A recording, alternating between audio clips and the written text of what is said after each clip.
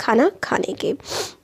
ठीक है, अब आगे अमेजिंग फैक्ट हमें ये है कि जो स्टारफिश होती है ना, वो किसको खाती है, ऐसे ऑर्गेनिज्म को खाती है जिनका जो ना कैल्शियम का सेल, देखिए कैल्शियम कार्बोनेट होता है, कैल्शियम कार्बोनेट ना काफ़ी ज़्यादा हार्ड होता है, तो ये क्या करती है उसको धीरे धीरे कोरोड करती है। फिर उसके बाद जेलीफिश तो ऐसे ऐसे करके होती है, इसका जो स्टमक है ना वो ऊपर निकल के आता है इसके मुंह पे, इसका पेट इसके मुंह में आ जाता है, और ये जो सॉफ्ट एनिमल होता है ना हार्ड शेल के अंदर उसको खा जाता है। मतलब इसका मुंह बाहर निकल के आया और इसने जो एनिमल था उसको अपने अंदर ले लिया, और फिर इसका जो पेट है वो मुंह से अंदर की तरफ चला जाता है। मतलब पेट बाहर निकल के आता है मुंह तक और फिर पेट वापस अंदर चला जाता है, और धीरे धीरे खाना अपना पचाते रहते हैं। अब ह्यूमन का डाइजेशन किस तरीके से होता है, हम लोग जो है खाना खाते हैं अपने मुंह से, अपने माउथ की हेल्प से, हाथ में लेकर के मुंह में खाना डालते हैं, तो इस तरीके से हम लोग खाना खाते हैं, फिर डाइजेस्ट होता है और हमारी बॉडी के वेरियस प्रोसेसेस की हेल्प से हम खाने का इस्तेमाल करते हैं।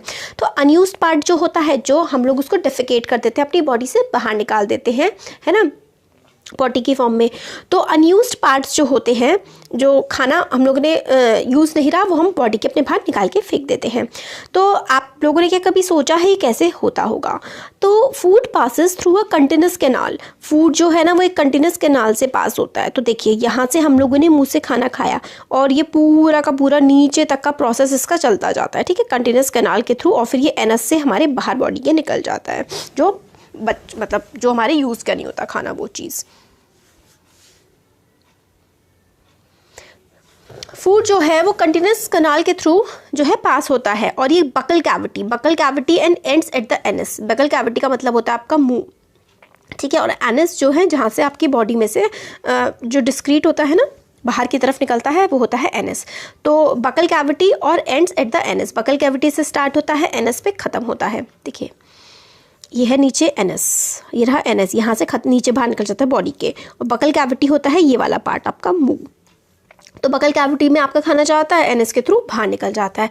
तो आपका जो ये कैनाल होता है जिसको हम लोग एलिमेंट्री कैनाल कहते हैं, ये कई सारे पार्ट्स में डिवाइडेड होता है। सबसे पहले तो आपका आता है बकल कैविटी आपका मुंह, फिर आता है फूड पाइप, या फिर उस फूड पाइप को हम लोग ओएसोफेगस भी कहते हैं। ये है फूड पाइप है, इसको हम लोग क्या कहते हैं, एक तो फूड पाइप कहते हैं और एक ओएसोफेगस कहते हैं, दो नाम है इसके। फिर उसके बाद हमारा खाना जाता है फूड पाइप से स्टमक, हमारे पेट में, ये रहा हमारा पेट, ठीक है, पेट में जाएगा, पेट से स्मॉल इंटेस्टाइन में जाएगा, ये वाले, ठीक है, स्मॉल से फिर लार्ज इंटेस्टाइन में जाएगा, लार्ज इंटेस्टाइन से एनस में चला जाएगा। तो ये सारे के सारे जो हैं मेनली 6 पार्ट होते हैं हमारे डाइजेस्टिव सिस्टम के, और हमारे एलिमेंट्री कैनाल इसी तरीके से डिवाइडेड होता है। फिर देखिए food components gradually get digested as food travels through the various compartment. तो खाना देखिए आपके मुंह से निकलता नहीं है, मुंह में जाता है, तो खाना आपके मुंह में जाता है। फिर उसके बाद ये जो फूड पाइप है जिसको ओएसोफेगस बोलते हैं, इसमें से फिर हमारे स्टमक में जाता है। फिर इसमें काफ़ी सारे ना प्रोसेस चल रहे होते हैं इस बीच में, तो वो देखने हैं मेन हमें इस चैप्टर में। तो फूड काफ़ी सारे कंपार्टमेंट से ट्रैवल कर रहा होता है। इनर वॉल्स जो होती हैं, मतलब ये जो स्टमक है, स्टमक के अंदर की जो वॉल्स होती हैं, और जो स्मॉल इंटेस्टाइन होता है, and the various glands associated with the canal such as salivary glands, liver, pancreas secrete juices. तो सेलिवरी ग्लैंड जो है ना वो मुंह में थूक बनाने का काम करता है। तो जो आपका मुंह में सलाइवा होता है ना, थूक को इंग्लिश में सलाइवा बोलते हैं। तो जो सलाइवा होता है ना वो आपके, जब आप खाना खाते हैं तो जो खाना आप मिक्सिंग कैसे होती है, जब आपने दांतों से काटा, फिर उसके बाद एक वो लिक्विड सा बनने लगता है ना, थोड़ा थोड़ा सेमी लिक्विड टाइप का, तो वो सेलिवरी ग्लैंड की वजह से होता है। फिर उसके बाद लिवर जो है वो भी जूसेस सेक्रीट करता है। जूसेस आप आगे जाके देखेंगे कि ये मतलब हार्मोन्स होते हैं, कुछ एंजाइम्स होते हैं। तो पेनक्रियाटिक जूसेस भी सेक्रीट होते हैं। ये जूसेस जो है ना वो क्या करते हैं, आपका खाना बहुत कॉम्प्लेक्स होता है, उसमें carbohydrates, fat, vitamin, minerals, protein होते हैं, सबको ब्रेक करने का काम करते हैं। हमने पहले देखा था ना कि ब्रेक करके ही हम लोग खाने को डाइजेस्ट कर पाते हैं।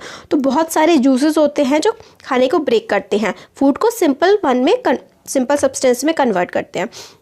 हमारा जो डाइजेस्टिव ट्रैक होता है ना, ये हम लोगों ने देख लिया 6 पार्ट में डिवाइडेड है, और काफ़ी सारे एसोसिएटेड ग्लैंड्स होते हैं, जैसे कि सेलिवरी ग्लैंड हो गया, पेनक्रियाटिक जूसेस हो गए, काफ़ी सारे ग्लैंड्स होते हैं। और जो ये हमारा पूरा का पूरा एलिमेंट्री कैनाल और सारे जो ये जूसेस होते हैं, एसोसिएटेड ग्लैंड्स होते हैं, इनसे मिलकर के डाइजेस्टिव सिस्टम बनता है।